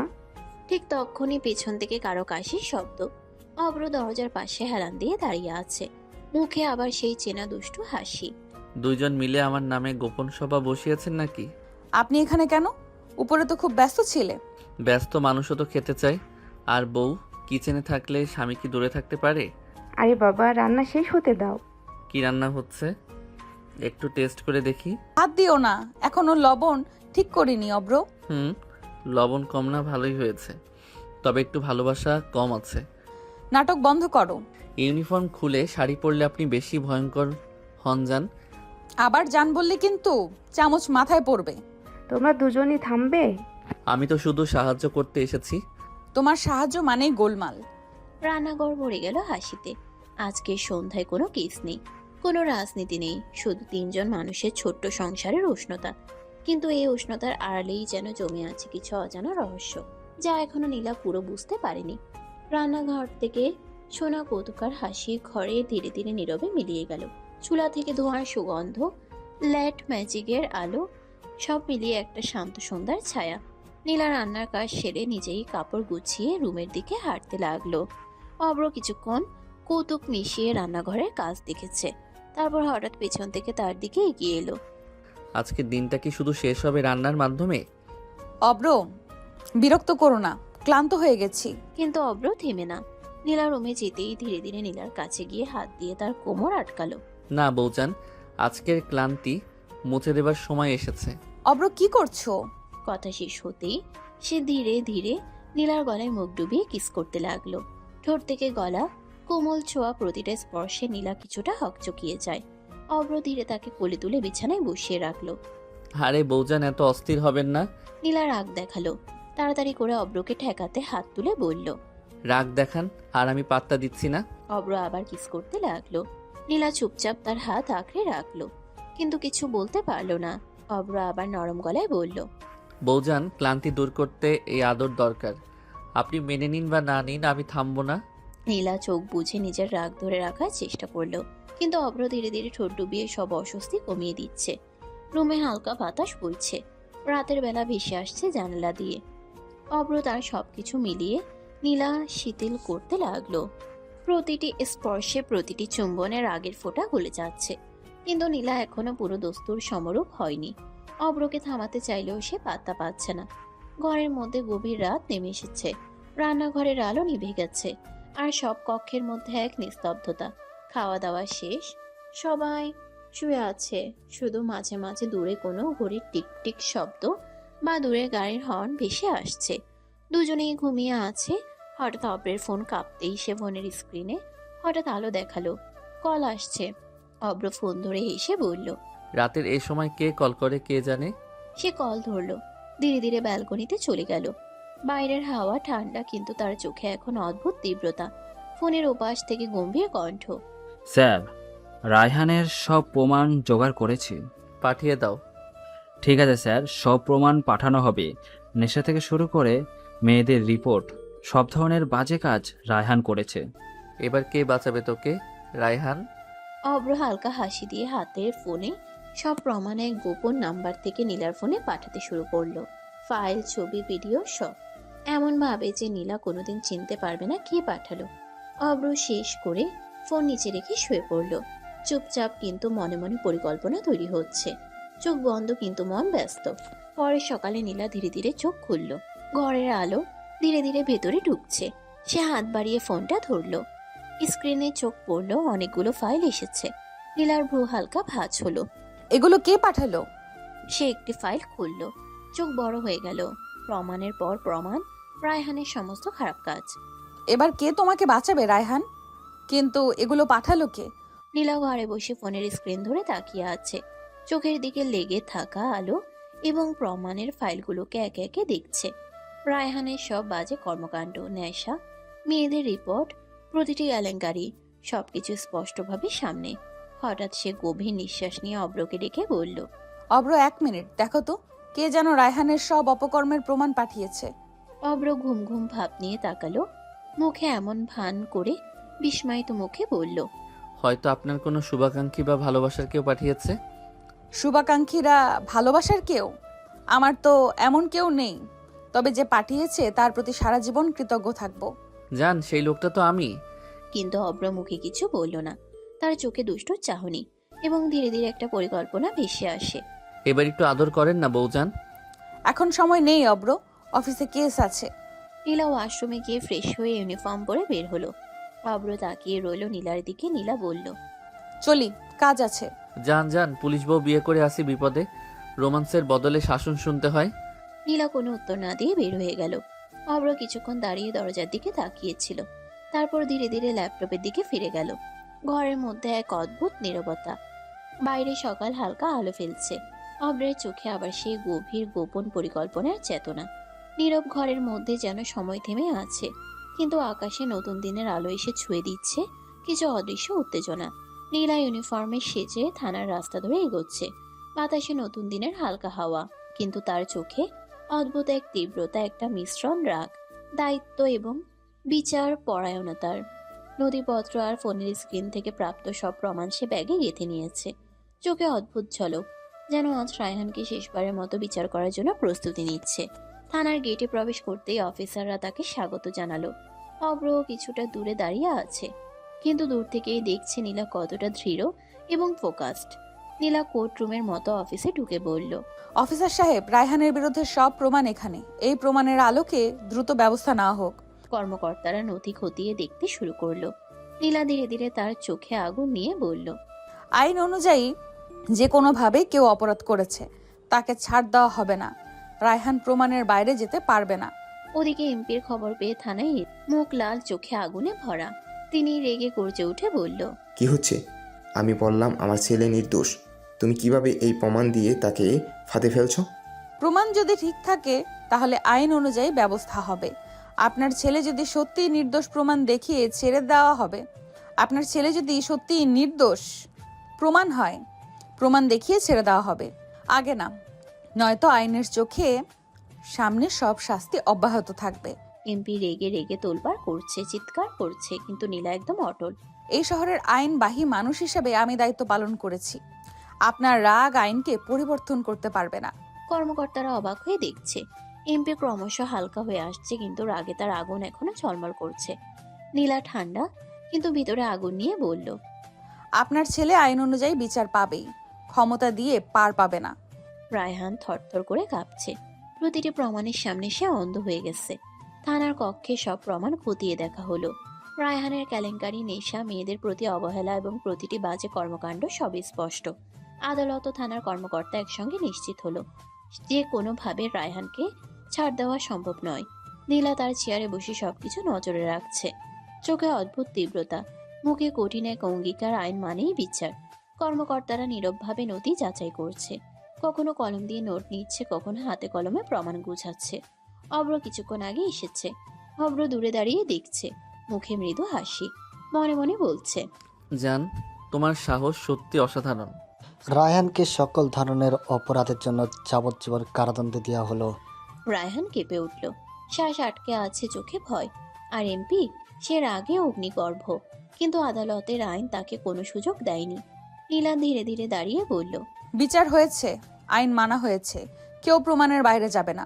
কোর্টের বড় অফিসার, যিনি সব প্রমাণ খতিয়ে দেখেছেন, নীলার দিকে তাকিয়ে বললেন, নীলা, তোমার সাহস, সততা এবং দৃঢ়তা দেখে আমাদের অফিসকে গর্বিত লাগছে। তোমাকে প্রমোশন দেওয়া হলো, সিনিয়র অফিসার হিসেবে দায়িত্ব বাড়ছে। ধন্যবাদ স্যার, আমার কাজ শেষ হয়নি, এখনো অনেক দায়িত্ব বাকি। বৌজান, আমি বলেছিলাম আপনি সব কিছু পারবেন। আর দেখেন তো, সব প্রমাণ সত্যি হলে আইনও জয় করে। শুধু আইন নয় অব্র, সাহস আর সঠিক প্রমাণ, এই দুটো থাকলেই বিচার হয়। আর আমি থাকলে সবসময় আপনার পাশে। দেখব বেকার স্বামী সারাক্ষণ পাশে থাকবে কিনা। দিনের কাজ শেষ। থানার ঘরে এখন নিস্তব্ধতা। কাগজপত্র সরানো হয়েছে। অফিসাররা প্রত্যেকে নিজ নিজ ডেস্কে ফিরে গেছে। দুপুর থেকে সন্ধ্যার ব্যস্ততা শেষ। আর নীলা এবার অফিসের বাইরে। অব্র তার দিকে এগিয়ে আসলো, চোখে দুষ্টু হাসি। বৌজান, চলুন বাড়ি যাই, আজ তো ডিউটি শেষ। নীলা বাইকের দিকে এগোলো, হেলমেট পরলো এবং ধীরে ধীরে বসলো। অব্র তার পাশে বসলো, বাইকের হ্যান্ডেল ধরে ধরলো। নীলা ধীরে ধীরে বলল, অব্র, এই সব প্রমাণ কে পাঠালো সেটা বুঝতে পারছি না, পরিচয় লুকিয়েছিল। জান, এই কাজটা তো আমি করেছি। হা হা হা, কিন্তু আপনি জানতে পারবেন না। অব্র হেলমেট ঠিক করে ধরে বাইক স্টার্ট করলো। অব্র তখনই ধীরে ধীরে নরম ভঙ্গিতে বলল, তবে আপনি আজ খুব মনোযোগী ছিলেন। অফিসের কাজ শেষ, এখন ব্যক্তিগত সময়।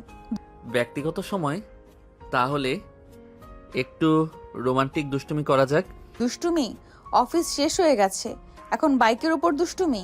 ক্লান্ত। হ্যাঁ বৌজান, বাইকের উপর দুষ্টুমি আর রোমান্স দুটোই সম্ভব। নীলা হালকা হেসে হেলমেটের ভেতরে মুখ ঢাকা দিল। বাইক রোড ধরে এগোতে লাগলো। সন্ধ্যার আলো ব্যস্ত শহরকে নরম করে দিয়েছে। বাতাসে হালকা ঠান্ডা, আর দুজনের মধ্যে এক অদ্ভুত নীরব উত্তেজনা। অব্র চোখের ঝলক দেখিয়ে ধীরে ধীরে নীলার কাছে ঝুঁকলো। বাড়িতে ঢুকতেই নীলা ফ্রেশ হতে রুমে চলে গেল। ইউনিফর্ম খুলে ঝুলিয়ে দিয়ে বিছানায় শুয়ে পড়ল, চোখ বন্ধ, মুখে হালকা ক্লান্তির ছাপ। অব্র ধীরে ধীরে রুমে ঢুকলো, চেয়ারে বসে কিছুক্ষণ তাকিয়ে থাকলো। তার চোখে সেই দুষ্টু হাসি। মনে মনে আবার নতুন পরিকল্পনা ভেসে উঠছে। জান, এত তাড়াতাড়ি শুয়ে পড়েছেন কেন? তো লাগছে অব্র, দিনটা অনেক চাপের ছিল। অব্র ধীরে বিছানার পাশে এসে বসলো, হাতের আঙ্গুলে তার চুল খেলাতে খেলাতে বলল, তাহলে একটু আদর করি, সব ক্লান্তি চলে যাবে। খবরদার, কাছে আসলে খবর আছে, একটু ঘুমাবো বুঝলে। জান, তুমি ঘুমাও, আর আমি একটু আদর করছি। অব্র থামো। কিন্তু অব্র কাছে গিয়ে ঠোঁটে ঠোঁট ডুবিয়ে কিস করতে শুরু করলো। ধীরে ধীরে হাত দিয়ে নরমভাবে কাছে নিল। নীলা রেগে সরানোর চেষ্টা করলো, কিন্তু অব্র তার রাগ পাত্তা দিল না। বৌজান, চুপ থাকো না, শুধু আজকের ক্লান্তি মুছে দিতে এসেছি। নীলা চুপচাপ কিছু বলতে পারলো না, চোখে অল্প লজ্জা, মুখে রাগের ছাপ। অব্রের আদর ধীরে ধীরে সব ক্লান্তি, সব চাপ কমিয়ে দিচ্ছে, কিন্তু নীলা এখনো পুরোপুরি নিজের রাগ মুছে দিতে পারলো না। নীলা রান্নাঘর থেকে খাবারের টেবিলে বসলো। গরম ভাতের ভাপ আর মশলার সুগন্ধ ঘরে ছড়িয়ে পড়েছে। অব্র পাশে বসে খেতে শুরু করলো। দুজনের মধ্যে হালকা হাসি, ছোট ছোট কথা আর দুষ্টুমি, সব মিলিয়ে শান্ত এক রাতের আনন্দ। কিছুক্ষণ পরই নীলার ফোনে হঠাৎ সিগন্যাল এলো, থানার কল। সে রিসিভ করে সব শুনলো। অফিসার বলছেন নতুন একটি কেস এসেছে, মাদক কেস, এক্ষুনি তদন্ত শুরু করতে হবে। তুমি এত তাড়াতাড়ি চলে যাচ্ছ? হ্যাঁ, এই ধরনের কেসে সময় অপচয় করা যায় না। জান, তাহলে আমিও যাব, একা তোমাকে এই ঝুঁকিতে যেতে দেব না। অব্র, এটা অফিসের কাজ, খুব বিপজ্জনক, তুমি কি ঠিক? বৌজান, আমি তোমার পাশে থাকবো, ঝুঁকি হোক বা না হোক। আমরা একসাথে। ঠিক আছে, তাহলে যাই, কিন্তু সাবধানে। নীলা দ্রুত ইউনিফর্মে সজ্জিত হয়ে বাইকে উঠল।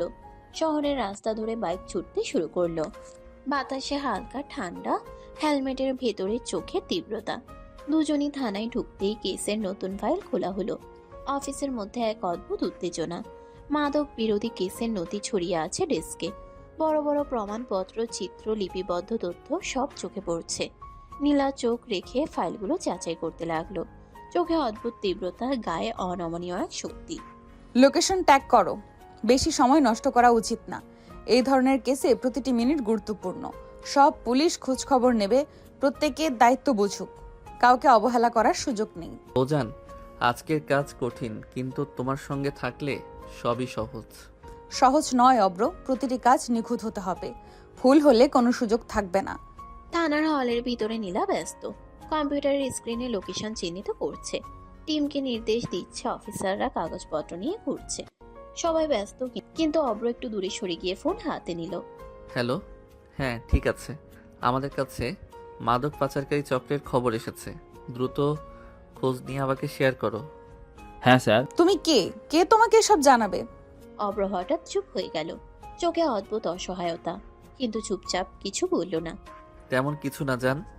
একদম নাটক করবে না, আমি সব শুনেছি। ভুল শুনেছ জান। তুমি কি সত্যি বলবে, নাকি আমাদের সম্পর্কটা এখানেই শেষ করব? জান, আসলে আমি সিআইডি অফিসার, গোপনে কাজ করি।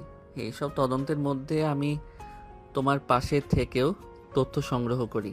তুমি সিবিআই অফিসার? হ্যাঁ জান, এই পরিচয় আমাকে সবসময় তোমার পাশে থাকতে দিয়েছে। আমি শুধু চাই তোমার নিরাপত্তা আর সব প্রমাণের সত্যতা নিশ্চিত করা। তাহলে সব নাটক, সব খেলা, সব কেসের মধ্যে তুমি সত্যি প্রমাণ দাও আমাকে। জান, বিশ্বাস করো, সবই তোমার জন্য। আর এই সত্যিকারের পরিচয়েও আমি শুধু তোমার পাশে থাকবো। নীলা হঠাৎ চমকে উঠল। চোখ বড়, মুখের ভাব রুদ্ধ। মনে হলো হঠাৎ সব সত্য একেবারে তার সামনে চলে এসেছে। নীলা থানা অফিসের ডেস্কে বসে আচ্ছন্ন চেহারায় ফাইলগুলো দেখতে রইল। তার চোখে অদ্ভুত ক্ষোভ আর বিস্ময়ের ছাপ। অব্র দূরে দাঁড়িয়ে ফাইল এবং কম্পিউটারের স্ক্রিনের দিকে তাকিয়ে ধীরে ধীরে কথা বলল। জান, চিন্তা করো না, আমার লোক এখনই সব খোঁজ নিয়ে সত্যি ইনফরমেশন পাঠাবে। নীলা হঠাৎ উঠে দাঁড়ালো। চোখে আগুন ঝলমল করছে। সে শক্ত কণ্ঠে বলল, তাহলে এতদিন বলনি কেন? আমি যে কতবার তোমাকে বেকার বলে অপমান করেছি অব্র। অব্র সামান্য হাসলো, চোখে মৃদু হাসির ঝলক। ধীরে ধীরে সে নীলার দিকে এগিয়ে এলো। জান, সেসব কোনো ব্যাপার না। মানুষ বাইরে যা দেখে তাই বিশ্বাস করে। তুমি বেকার ভাবো বা অন্য কেউ যা ভাবুক, সেটা গুরুত্বপূর্ণ নয়। কিন্তু তুমি তো সিআইডি অফিসার, এতদিন জানাওনি আমি কি ভাবতে পারি। এত সাহস ছিল তোমার মধ্যে, আর আমি তোমাকে এইভাবে এড়িয়ে গেছি। অব্র ধীরে হাতে নীলার কাঁধে স্পর্শ করলো, চোখে দৃঢ়তা আর মৃদু দুষ্টু হাসি। জান, আমি চেয়েছিলাম সবকিছু তোমার নিরাপত্তার জন্য হোক নিখুঁত। সত্য প্রকাশ করলে আমাদের সম্পর্ক এবং কাজ দুটোই ঝুঁকিতে পড়তো, তাই আমি গোপন রেখেছি। নীলা চুপচাপ, তার চোখের রাগ, কিন্তু সেই সঙ্গে মনে একটা অদ্ভুত প্রশান্তি। তার হৃদয় বুঝতে পারলো যে মানুষটাকে সে এতদিন হালকা করেছে, বেকার বলে অপমান করেছে, তার ভেতরে এত গভীর সত্য আর দায়বদ্ধতা লুকিয়ে আছে। অব্র ধীরে হাসি দিয়ে বলল, সবই তোমার জন্য জান, আর এখন আমি তোমার পাশে আছি। বিশ্বাস করো, সব ঠিক হয়ে যাবে। অব্র থানার কক্ষে দাঁড়িয়ে ফোন হাতে, দূর থেকে তার লোক ফোনে কথা বলছে। অব্রর চোখে আগুন, হালকা দুষ্টু হাসি। কি খবর, সব ঠিকঠাক আছো তো? সব সত্যি, ওরা আস্তানায় আছে, মাদক পাচার করছে। জান, শুনছো কি? সব সত্যি। আমরা সঠিক সময় ধরতে পারবো। ভালো, তাহলে আমরা পুরো টিম নিয়ে সরাসরি যাই, কোনো ভুলের সুযোগ নেই। ঠিক আছে, আমি তোমার পাশে থাকবো। সব কিছু আমার নজরে। দুজনেই দ্রুত টিমের সাথে যোগাযোগ করলো। পুলিশ অফিসাররা প্রস্তুত হচ্ছে। লোকেশন চিহ্নিত, গাড়ি সাজানো, কম্পিউটার স্ক্রিনে মানচিত্র খোলা, সবই নিখুঁত পরিকল্পনা। নীলা মাথা নেড়ে বলল, সবাই প্রস্তুত? ভুল হলে কেউ বাঁচতে পারবে না, আমরা আজই তাদের ধরে ফেলবো। গাড়ির হর্ন বাজলো। টিমের গাড়ি দ্রুত রওনা হলো। রাতের অন্ধকারে পুলিশদের গাড়ি চলল। নদীর ধারে, শহরের রাস্তা ধরে দম বন্ধ করা উত্তেজনা। সবাই জানে আজকের অভিযান, আজকের কেস, জীবন জীবিকা উভয়ের পরীক্ষা। অব্র, নীলা এবং পুরো টিম আস্তানে পৌঁছালো। বাইরে অন্ধকার, ভিতরে নেশার গন্ধ আর অচেনা মানুষের আওয়াজ। নীলা হঠাৎ ধীরে ধীরে বলল, যে কোনো মুহূর্তে ওরা পালানোর চেষ্টা করবে, সবাই সতর্ক। জান, তুমি চিন্তা করো না, আজ আমি তোমার পাশে আছি, কেউ পালাতে পারবে না। মাদক পাচারকারীরা ভাবতে পারবে না যে তাদের কাছে আঘাত আসছে, কারণ অব্র ও নীলা পুরো টিমের সাথে নিখুঁত সমন্বয় করে তাদের ঘিরে ফেলেছে। সবাইকে ধরে থানায় নিয়ে আসা হলো। চক্রের প্রতিটি সদস্য এখন সঠিক জায়গায়, পুলিশের হাতে। অফিসের বাতাসে শান্তি। আর নীলা অব্র দুজন এখন বাসায় ফিরছে। অব্র হালকা হাসি দিয়ে বলল, জান, একটু সুন্দর করে সাজো। কোন দুঃখে? দুঃখে না, সুখে। তোমার স্বামী তো বেকার না, তাই সুখে সাজো। নীলা হালকা চোখ মেলে ধীরে ধীরে শাড়ি পরে আসলো। অব্র তার দিকে এগিয়ে এসে হঠাৎ নরমভাবে জড়িয়ে ধরে গলায় মুখ ডুবিয়ে কিস করতে শুরু করলো। জান, সুন্দর লাগছে। নীলা লজ্জায় ধাক্কা দিল, কিন্তু অব্র পাত্তা দিল না। অব্র ধীরে ধীরে নীলাকে কোলে তুলে বিছানায় শুয়ে দিল। চোখে দুষ্টু হাসি, কিন্তু হৃদয়ে গভীর ভালোবাসা। জান, আজ অনেক কাজ হয়েছে, এবার শুধু তোমার জন্য সময়। তার ঠোঁটে ঠোঁট ডুবিয়ে কিস করতে লাগলো। নীলা প্রথমে চুপচাপ, একটু লজ্জা, তারপর তারও হৃদয় নরম হতে লাগলো। ঘর ভরে গেল আদর আর কোমলতার মিশ্রণে। হাতের ছোঁয়া, চোখে চোখ রাখার সেই মুহূর্তগুলো যেন সময় থেমে গেছে। সমাপ্ত।